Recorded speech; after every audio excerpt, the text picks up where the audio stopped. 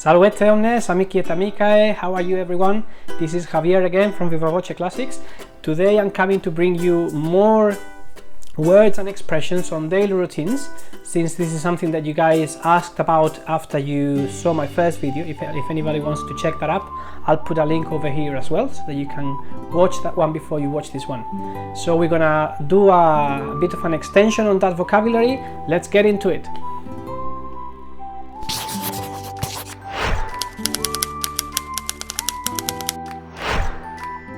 Before we get straight into those daily routines, there were a couple of things that I wanted to mention. First one is to bring you my apologies for not having published any videos recently. I have to work in between my teaching Latin online, my Vivavoce Classics business, and also another job that I have. So it's been pretty tough on my free time to be publishing new videos. The second thing that I wanted to say is that if you do enjoy both these videos and everything that I publish, or you would like to know about all the resources that I publish, I have a blog to which you can register. You can enter my email list by signing up to my blog, and there is a nice bunch of resources that I try to publish there consistently, or as consistently as I can. There are some resources on frequently vocabulary, there are these videos on spoken Latin, and there are other different types of resources such as the daily Latin word, expressions or sentences in Latin which are explained there, and so on and so forth. So if that is something that you would like to be notified every time it gets published, the only thing that you need to do is to register. And now we're gonna get straight into those daily routines, and I shall be giving you some news at the end of the video. So please, for those of you who do find this speaking Latin approach interesting, hold up to the end of the video, because I've got some news that you might find of interest as well. Let's dive into it now. Bene, ergo, quida che debemus propter prope meridie, prope medium diei, id est meridie, bene, meridiei est vocabulum quod significat medius diei, bene, in parte significat partem mediam diei. Bene, primum oportet nos omnes ad locum in quo laboramus adire, nonne? Et sunt qui ut ego exempli gratia in raedam longam vehuntur ad locum laboris, id est ego locum laboris meae habeo in schola, quia ego sum magister, et oportet me ad scholam adire, nonne? Et quia non habeo vehiculum proprium debeo in raedam longam ascendere. Ego exempli gratia raeda longa vehor ad locum muneris mei, ad locum laboris meae.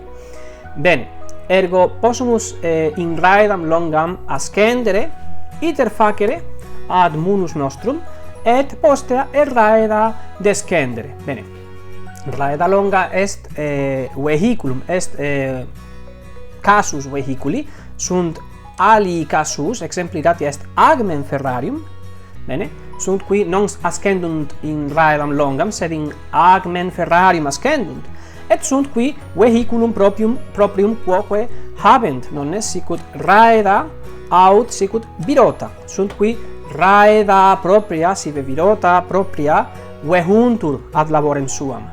Bene, postea cum iam descendimus raeda, debemus laborem dare. Bene, debemus operam dare, ignoscite, non laborem.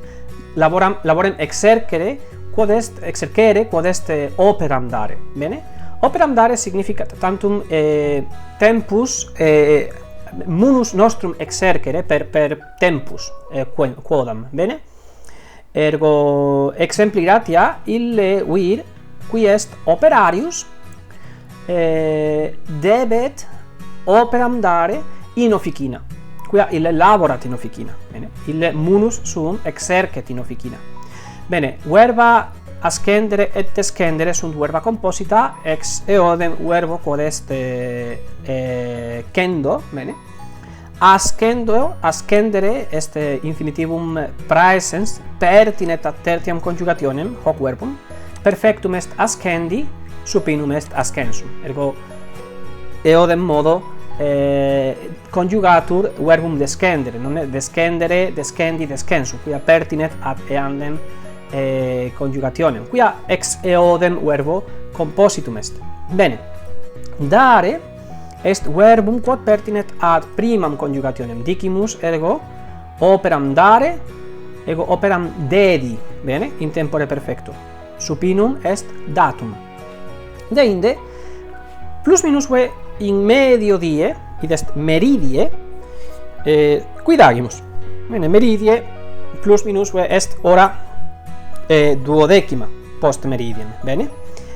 Sunt qui hoc agunt ora prima post meridiem, bene, pendet a persona, pendet a homine, uticam, sed quid agere solemus meridie?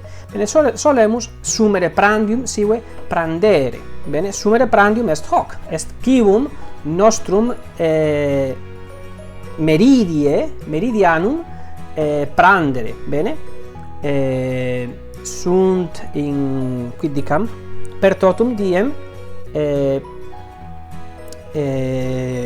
possumus prandere civum in horis diversis, exempli gratia initio diei non prandimus, bene, non prandemus, ignoscite, non prandium sumimus, sed quidagimus hora quid dicam hora octava sive nona sive septima nos debemus ientaculare, est alid verbum, quia hoc agimus initio diei, sed meridie prandemus id est prandium sumimus. Prandium est civus quem edimus, quem sumimus plus minusque meridie. Bene, ergo verba sunt sumere, sumpsi sumptum, pertinet ad tertiam, atque prandeo, prandere, prandi pransum, bene, supinum est pransum, perfectum est prandi, verbum pertinet ad secundam. Bene, ergo, nos primum oportet operam dare per non nullas horas, per quinque, sex, septemusque ad octo horas plus minusque solemus operam dare in munere nostro, et post hoc quidagimus post laborem nostram, postquam munus nostrum exercemus, nos domum redimus tantum, nonne? Id est rursus vehimur in vehiculo, raeda vehimus, raeda propria sive agmine ferrario vehimur, et hoc modo ad domum nostram revertemus, id est domum redimus. Bene? Sunt qui antequam domum redeunt, sunt quibus placet corpus sum exercere in palaestra, exempli grati. Bene? Ad aliquos placet, sive aliquibus placet legere, id est mentem suam in lectione exercere, aut sicut mihi placet, bene, sicut ego mihi placet cum familiaribus colloqui, cum ad domum meam reverto, cum domum redeo. Bene?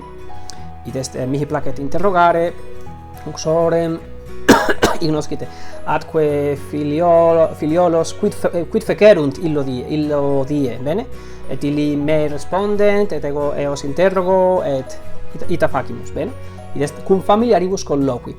Bene, verbum redire est verbum irregulare, habet perfectum redivi, sive redii, atque supinum habet reditum.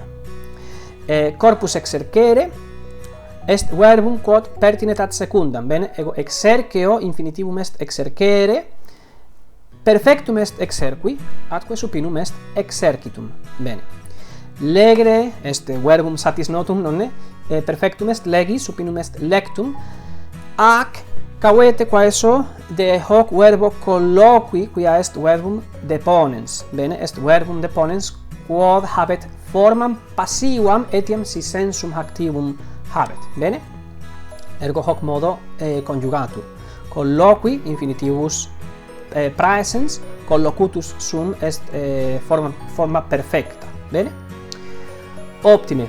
Ergo ex opto ut vobis valde placeat scire de his actionibus, de his vocabulis, quibus uti potestis in colloquis vestris, et nunc ad linguam anglicam revertam, quia aliquid vobis dicere volo, et postea videbimus in proxima kinematografia. Bene? Valete nunc et videbimus in proximum. Okay, so I hope you enjoyed this content, that you enjoyed these new words and expressions to talk about your daily routine. If there is anything else that you would like to see on this channel regarding spoken Latin, you can leave a comment on the comment sections below, and I might consider doing a video on that topic in the future, just like I did with this video today. Also, I promised that I would have something special for you. I want to let you know, you who are watching this video, that I'm going to be running an intensive summer course this year over 2 weeks in July. So there are going to be 2 lessons to which you can sign up for in advance to that course, in order to kind of like have a taster of what the course is going to be like and get to know a little bit more about everything that is going to be taught and the conditions for the course, etc., etc. So I'm going to leave a link for the registering page on the description of this video, also down below.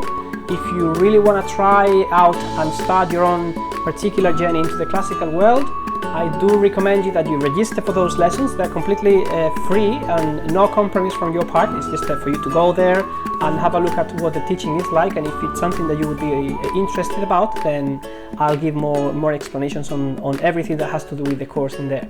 So I hope to see many of you attending those free lessons this month. And also, please help me by sharing this video if this is something that you like with other friends that you have that like spoken Latin, and also just give me a thumbs up and let me know about what you thought about this content.